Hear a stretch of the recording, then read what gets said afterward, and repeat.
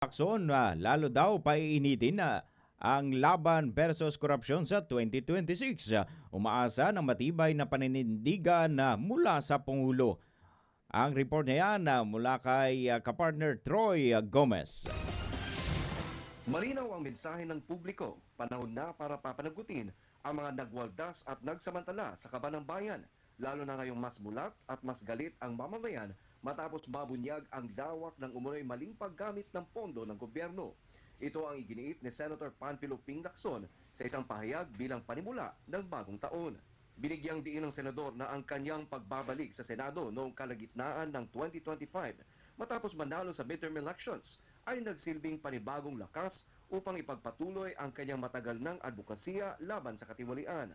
Sa mga nagdaang buwan, naging sentro si Lacson ng pagbubunyag ng umunoy pandarambong sa pondo ng bayan, partikular sa mga palpak at pinaghihinalaang ghost flood control projects. Kasabay ng kanyang mga pahayag, umaasa rin si Lacson na hindi uurong ang Pangulo sa laban kontra korupsyon, lalo na matapos ang kontrobersyal, ngunit matapang na pahayag nitong bahiya naman kayo sa State of the Nation Address noong Hulyo.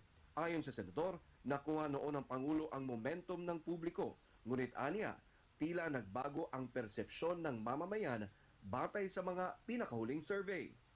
Sa kabila ng mga hamon, tiniyak ni Lacson na aktibo siyang makikibahagi sa mga investigasyon sa 2026.